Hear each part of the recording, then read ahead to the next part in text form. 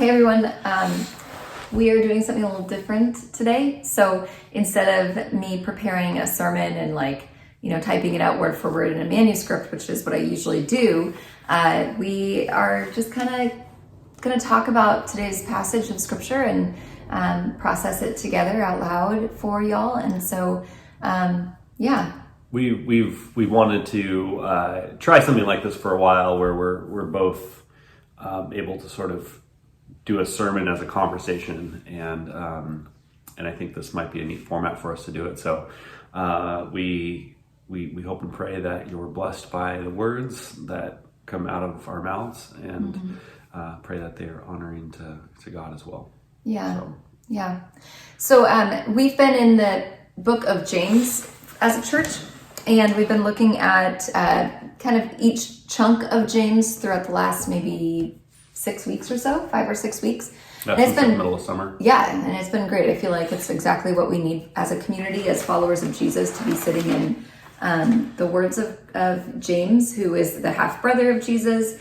The book of James is really all about what it looks like to be wise in God, to be following Christ in all things. And, James really did see his relationship with Jesus to be the most important part of his life. And the whole book is really saturated in his love for Jesus as his Savior and his Lord. But people think of James as a wisdom book. The New Testament doesn't really have specific books like that, like the Old Testament does, but they see it as kind of its own sort of wisdom book of Proverbs. And it's a really, it's been a really impactful book in my own life. Yeah, it seems like you can almost take each verse on its own, like a proverb when you read it. Yeah, definitely. I know I've seen that as well. And so today's passage will be in chapter 3. We're finishing up chapter 3 today, and it's actually all about wisdom. And so we'll be looking at that. We're going to kind of take it verse by verse and see what God has for us. When we were looking at this passage, I kept thinking, it stands on its own. Sometimes I get into the Bible and I'm like, oh man, how can I make this more approachable for people or relevant for people? And even though the Bible is always relevant and always approachable, sometimes we need to give it a little bit more work. But this passage, I feel like we don't need to add much to it. We don't need to add much to it. It's true. So we're not going to complicate it for you. It's pretty straightforward in a way that's it's not necessarily easy. So straightforward it's simple, and you can sort of grab hold of what it's about, but it doesn't mean that it comes easy, and it does come, I think, at a cost as well. Definitely. So, and it's coming out of James 3 right beforehand, where James talks about the tongue and how important it is to be aware of the words we speak, and how the words we speak come from an internal posture of our heart. It's like the things we say have already been in development within us before we even speak them out. And so he uses the example of a horse with a bit in its mouth. The tongue is a very small piece to a person's body, but yet holds a lot of power. Can either build somebody up or tear somebody down. Can either make God's name great or actually, blaspheme God. And so there's and tear people down. Tear people down. Totally. Really tear people down. I mean, we all know that we've said things to people in our lives that just a couple of words strung together can really have a tremendously negative impact on somebody, or the opposite. And we've been recipients of those things as well. Definitely. Yeah. And I think most people have. But last week, what I was looking at within that bit, and I talked about it with Emily, my daughter, and if you were a part of the Zoom gathering that we did, Emily actually came in and she was able to share about the experience she had with horses, because she loves horses. And the interesting thing about horses is that bit in their mouth, it definitely changes the direction they're going to go. So it places them the direction that is the best route for them, but for the rider.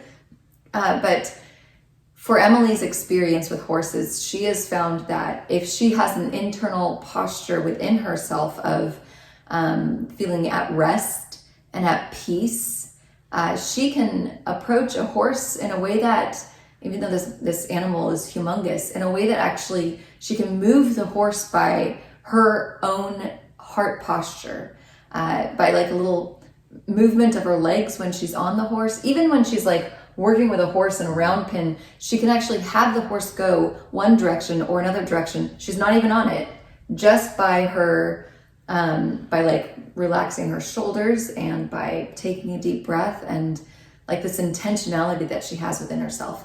And I think that that's what James is trying to express, is that the things that we say come from a place that is already happening within us. That connection with God's Spirit will actually be connected to the things that we say. Yeah, like for Emily, if she walks into an arena and she's just kind of out of sorts, the horse can sort of feel those emotions, and so she has to kind of step back out of it, reset, and then come back in. And I think that's the same thing when James is getting at with at least the passage before this with the tongue, which I think goes into this passage where, often we'll say something, and that's kind of a reaction of what comes, or of what's going on inside of us. And sometimes we have to actually step out and then step back in, and then we can say, and sort of approach the person differently. Well, and we live in such a reactive culture where we're quick to speak. Instead of slow to speak and slow to listen and slow to become angry, we like react on things really quick. And I think, James is inviting everyone, specifically teachers and leaders in the church. That's who his audience is, or that's who he's really like talking to in these passages, the chapter 3 specifically. But the sense of stepping back and being aware of God's Spirit and what the response is.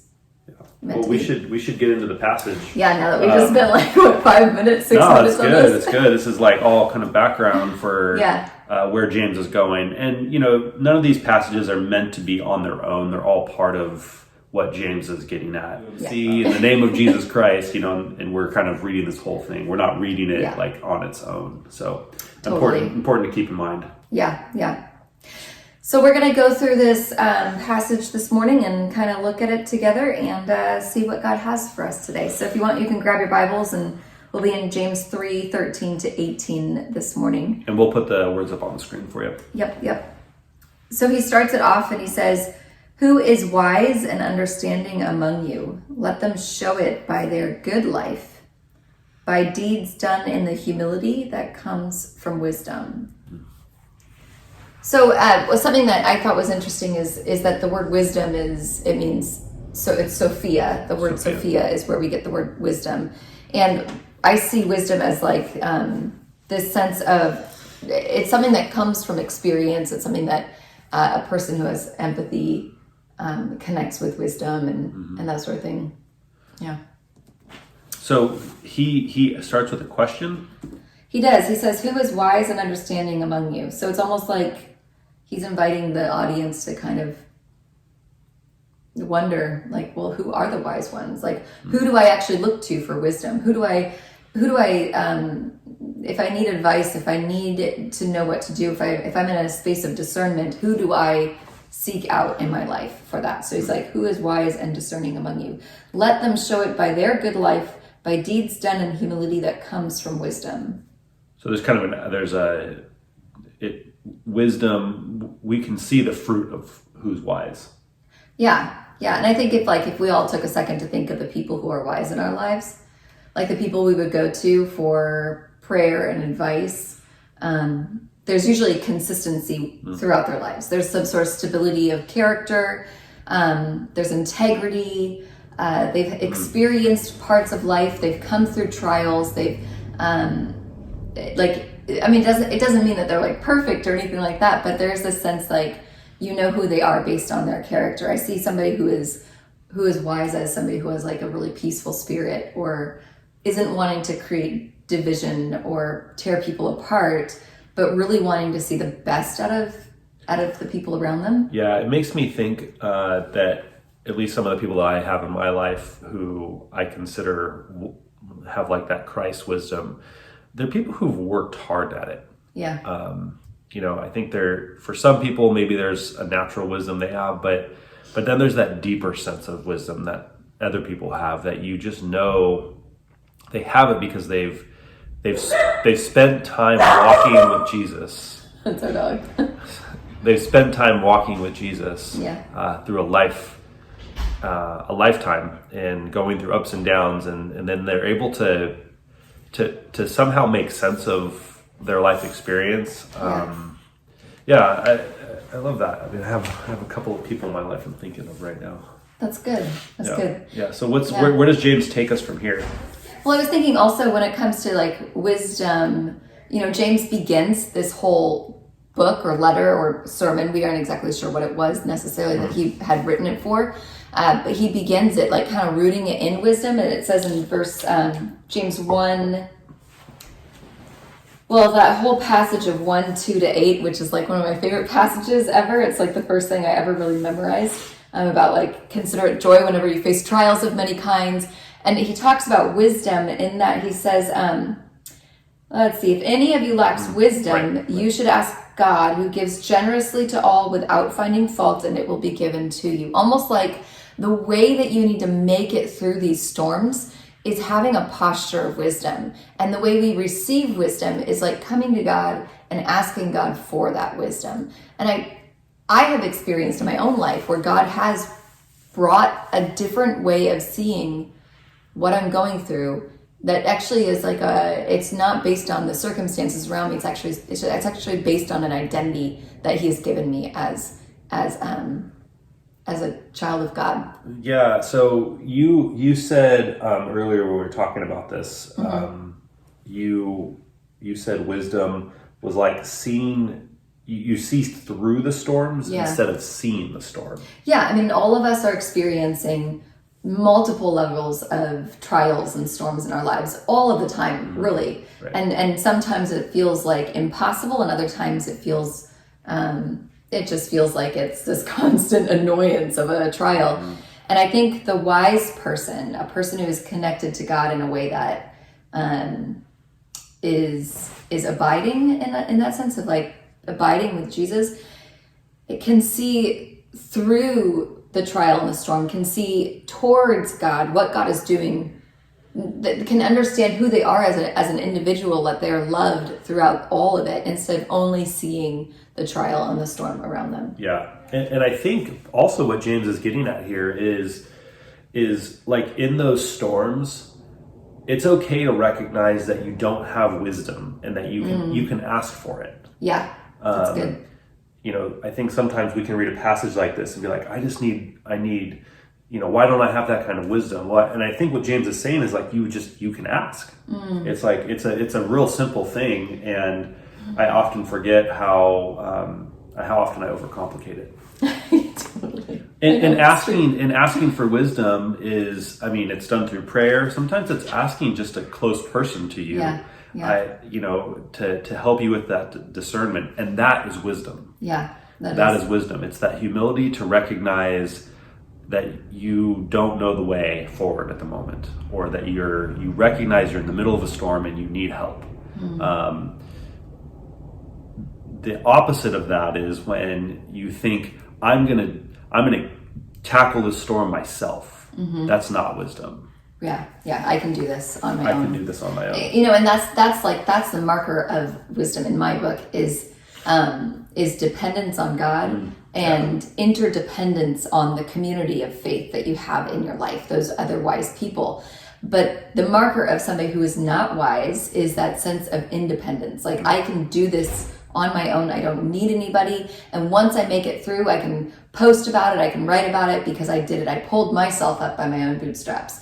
And there's this reliance that we place upon ourselves and our own stability, which I think that God gives us stability and God gives us those sorts of spaces. But the marker of a wise person is somebody who's absolutely and fully dependent on God and that interdependence. And that you can be confident in that. Yeah. The wisdom, there's like a wisdom of confidence, knowing that God's bringing you through something. Yeah. That's different than us saying I can do this on my own. Yeah. So.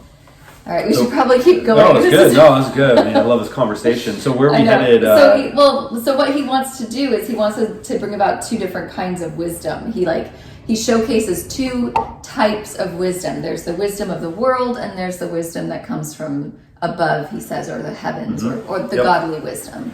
So we'll look at some of these two types of wisdom and the teachers that kind of embody that. So let's go with the first one. Okay. So he says, if you harbor bitter envy and selfish ambition in your hearts, do not boast about it or deny the truth.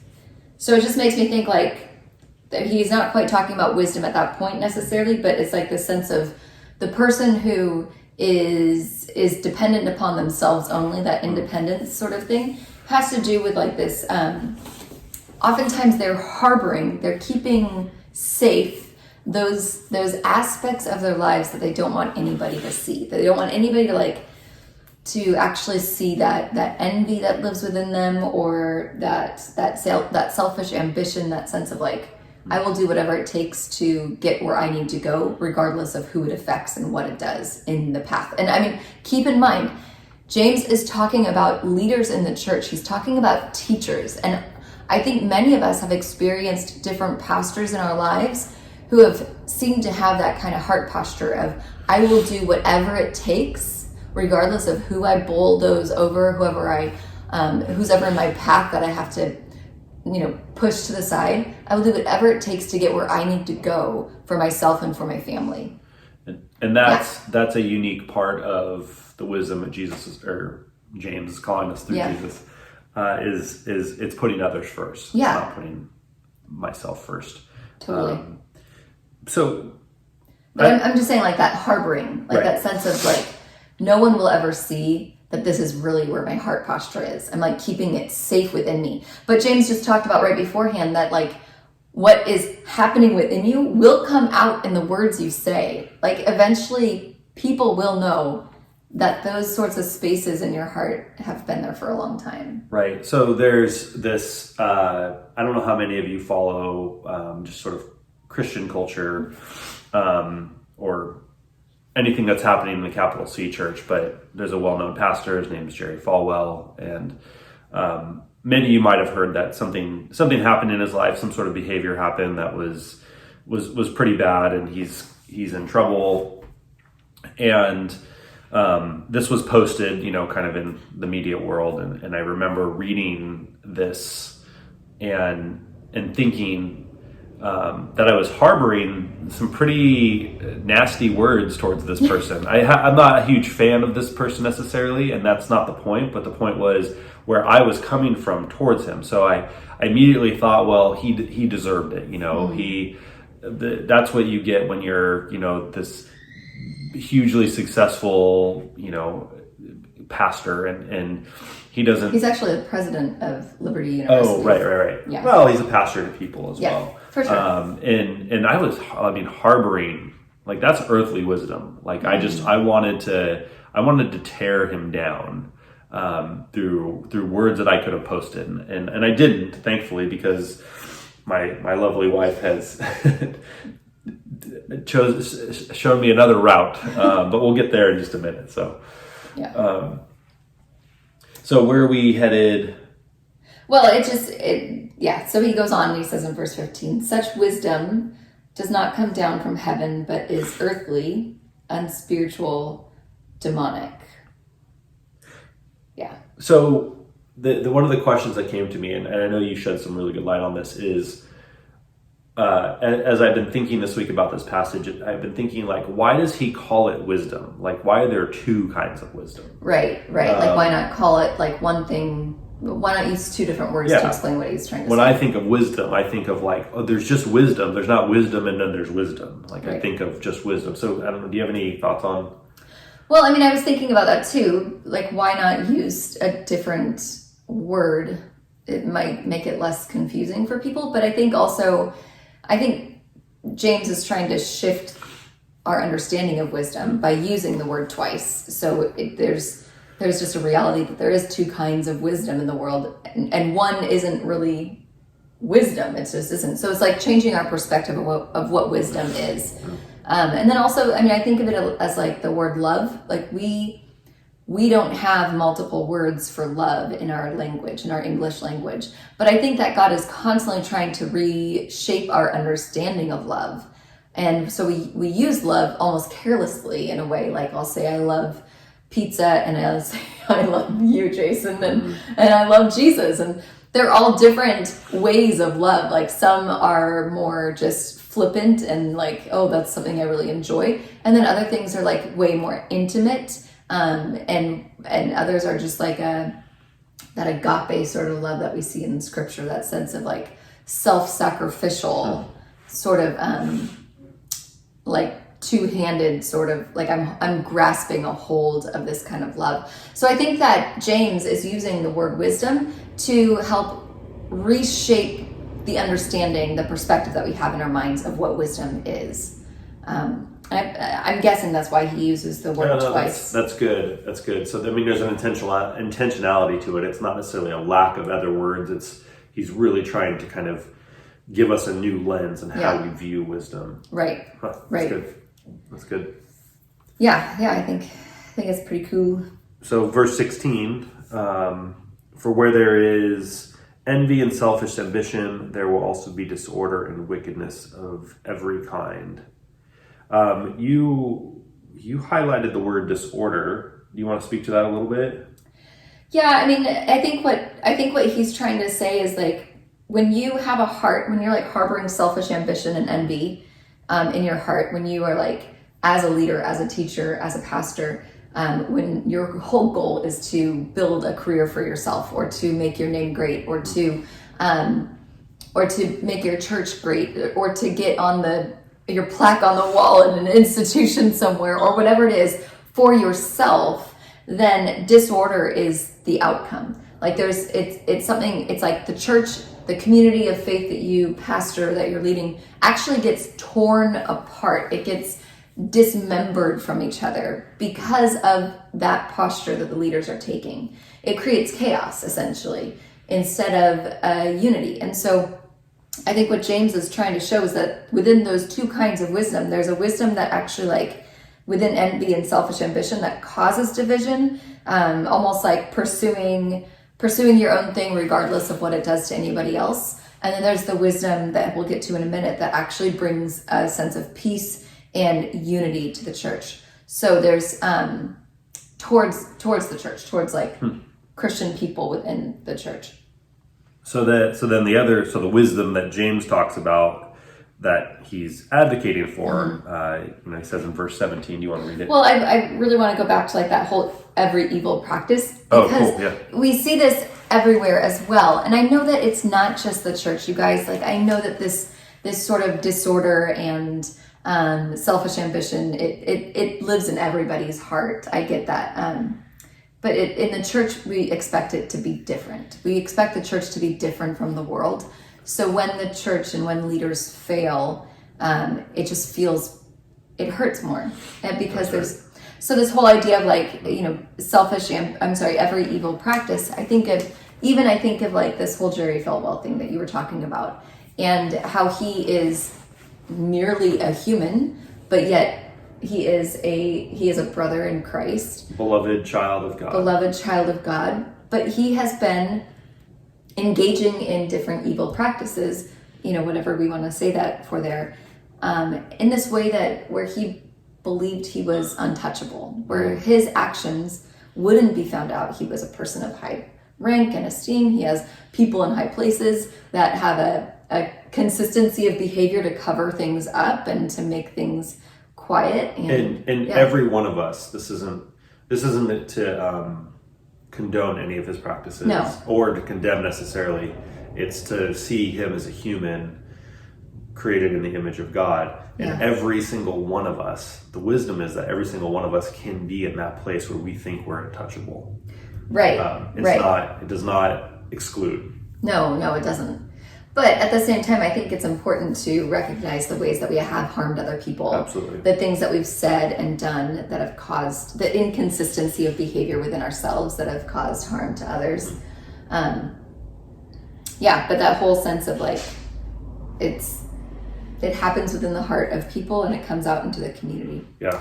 So then he goes on to like the wisdom of that comes from heaven. He says in verse 17, but the wisdom that comes from heaven is first of all pure, then peace-loving, considerate, submissive, full of mercy and good fruit, impartial and sincere. So I kind of want to go through each of those words. Is that okay, Jay? Yeah. We didn't talk about that much. No, that's okay. No, let's tackle those. So the word for pure, like that sense of wisdom being pure, means that the person who is wise is devoted to God. Like their first heart posture is one of devotion, dependence on God. So that's where that word pure comes from. Okay. It doesn't mean that a person is perfect, but their heart is in that right place. Yeah. It's like The word posture. A posture, yeah. That word peaceable or peace loving is what is in my translation. Yeah.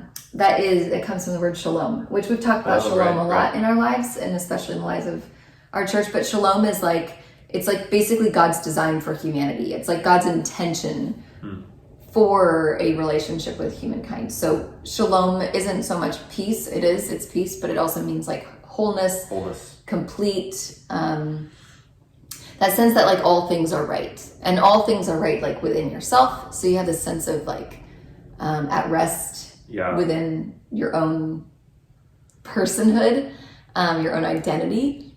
It means like at rest or complete within your relationships with other people, within your relationship with God, and then even within your relationship with the earth. So how you treat God's creation and like living at peace and completeness with the soil and the ground. That is what shalom means. So it's like God's intention for human flourishing. Okay. So unlike what he says earlier about the sense of bitter envy, the sense of like selfish ambition, it's like those ambitious and narcissistic leaders who kind of create division and chaos. That is not what wisdom looks like within the church. Wisdom within the church looks like using your words and using your behavior to foster that sort of peace with God and within yourself, within the relationships with other people, and within the earth. It's good. I wrote down for peaceable, it's about wholeness and holiness. Holiness. Ooh, I like that. I chose that word because there's a sacredness to it, in it, because it's about how we are interacting with our neighbor. Yeah. Another one is gentleness or considerate is the word that he uses, where it's like this sense of being non-combative, believing the best in other people instead of a good picture. Seeing the worst in them, approaching people with like this open-handedness instead of closed fists, ready to defend yourself. That sense of gentleness. Actually, in Philippians 4, I love this picture that Paul gives. He says, in 4, he says, rejoice in the Lord always. I will say it again, rejoice. Let your gentleness, or like that sense of considerate, let your gentleness be evident to all. The Lord is near. So it's almost like that sense of gentleness comes out from rejoicing in God. When our perspective towards God, like that sense of praising God and rejoicing in God and worshiping God is like happening in our lives, then the way that we interact with people is that sense of gentleness or being considerate, coming at them with like believing the best in another person, because all our needs are already met in that sense of praise of God. Such a hard posture for me. I think you're incredibly considerate and gentle, Jay. You are gentle giant. Okay. So another word that he uses here about wisdom is that it is submissive, which is a word that like for women in the church, especially like women that are like a little stronger, there's some baggage there, that sense of submission. Mine says willing to yield. Willing to yield. Yep, that is the other Yeah. translation, which I like more than submissive. Sure. But it's that sense of like being teachable. That's what that sense of submissive is. It's knowing Independence on God. dependence on God, knowing when to stand your ground for something that's really important, when to defend others, when to ask for help, and then also when to step back. Like when to step back. Knowing when to stand your ground Right. and when to step back. So with the metaphor with Emily in the horse arena, Yeah. when she goes in, and she needs to know when it's time to step out. Yeah. And Yes, if she's not able to engage with the horse in a way that is fruitful and beneficial, she needs to step out until she can engage again. Yeah. So instead of reacting and trying to like force the horse to do what you want it to do. And I think this is true for like social media, right? We're always trying to like force our way in to put our opinion in and make sure everybody knows it right away. And instead, being submissive is, or knowing when to yield is taking a step back. Yeah. So then full of mercy and good fruit is what good mine fruits, says. yeah. And I think that just, I mean, that's simply where Jesus talks about loving your neighbor as yourself. Like that's like the fruit comes from loving our neighbors. It's good. In a way that brings glory to God. The other word I have next is that wisdom is impartial. Do you have impartial there? I have without a trace of partiality. Yeah. Or hypocrisy. Or hypocrisy. So that sense of non-judgmental. So wisdom is approaching somebody not with like the lens of judgment and like, oh, they did something wrong, or believing the worst in somebody. It's coming about with this sense of knowing that God has it. Like God's got it. Like we don't have to be the judge and jury of each person, you know? Yeah. So back to the Falwell thing. So Bethany she put a post out on social media that convicted and reminded me of my posture towards the situation. And it was about saying yes to him. That doesn't mean she was condoning his behavior, but she was... Or he's been somebody who has done a lot of damage within like purity culture and stuff like that, and LGBTQ. But we're, as a church, we're not to tear down. That's right. We're to build up. And that's kind of what we saw last week in the Taming of the Tongue. Well, and I kept thinking of the picture of that woman who was like pulled out of bed with her lover, and she's caught in the act of adultery. I think it's John 7. And she's like put in front of the temple courts, and everybody's got these stones in their hands ready to throw at her because obviously she was worthy of death for the thing that she did. And Jesus says, those without sin can throw the weapon in your hand. And I just kept thinking like, none of us are without sin. All of us are in need of God's grace. All of us are in need of like another do-over. And we don't know if she received the grace, or if she like kept moving in the position she was, if she was, a total narcissist or whatever. Like, we don't know her story. We just know the story of those who let down their stones and walked away. And that's who we are in the story. We're the ones in need of grace, and we're the ones that are ready to throw stones. Yep. And we have to let go. Absolutely. And know that Jesus also says, go in peace. I do not condemn you either. Which is actually a good segue into this final verse. Well, and really quick, I wanted to go through I've got sincere, the last one, the sincere. Okay. Without hypocrisy. You've got without hypocrisy. And the word hypocrite actually was a theater term that talked about, it was basically somebody who wore a mask. So somebody who is wise is somebody who doesn't wear a mask. They're their real, authentic, vulnerable self without fear of people, of them having to present a certain way for them to be accepted or honored or whatever. So it's being your full self, your true self. And then he does end on verse 18. He says, peacemakers who sow in peace reap a harvest of righteousness. Yeah. What does your passage say? It's about the same. It says that a harvest of righteousness is sown in peace for those who make peace.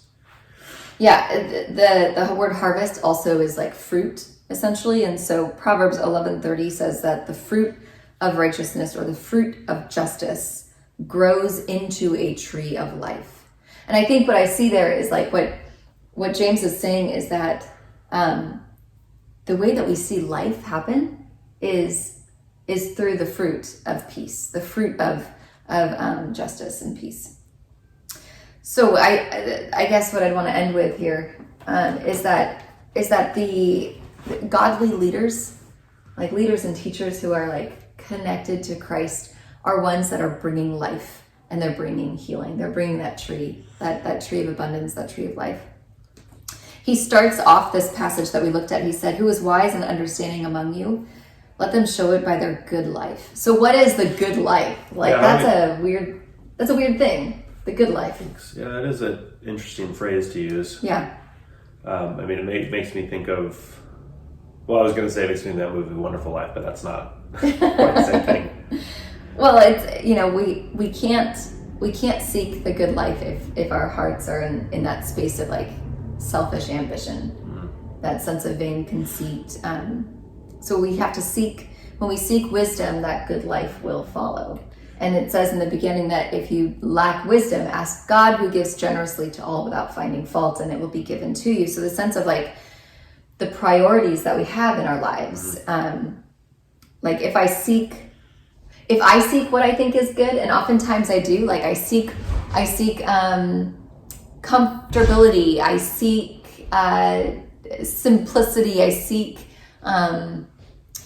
the things that will make me feel like I've got something to bring. Like that's what I want to seek. I want to seek comfort in so many ways. And I think what James is saying is that if your priorities is for your own self and your own like self-interest and your own self-protection, then that's not where wisdom lies. So we need to seek wisdom, which is that sense of peace, that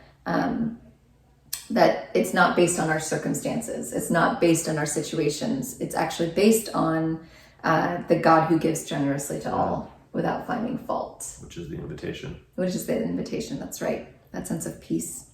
The good life regardless of circumstances. Yeah, and the good life, I want to say, isn't necessarily easy. No. It does come at a cost. It is hard for me to be humble sometimes. But when I am, or when I know that I am, that's not being humble, right?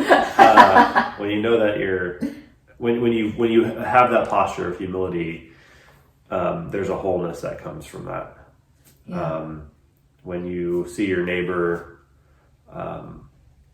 as a image or made in the image of God, there's a wholeness and a holiness in that.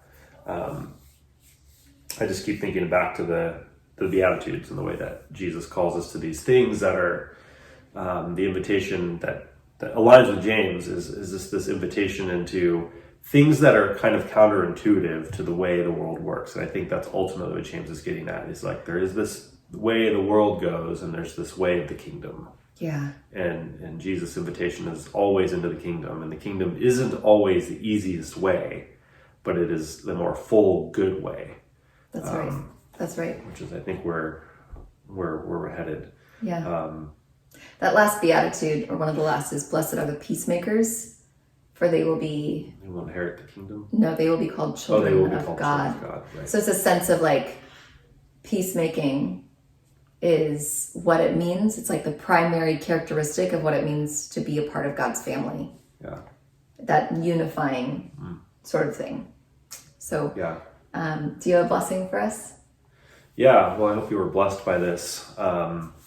Church, may you discern and know the wisdom of God, the kind of wisdom that James talks about, the kind of wisdom that is gentle and full of peace, and the kind of wisdom that is full of mercy and not partiality and sees the other as whole.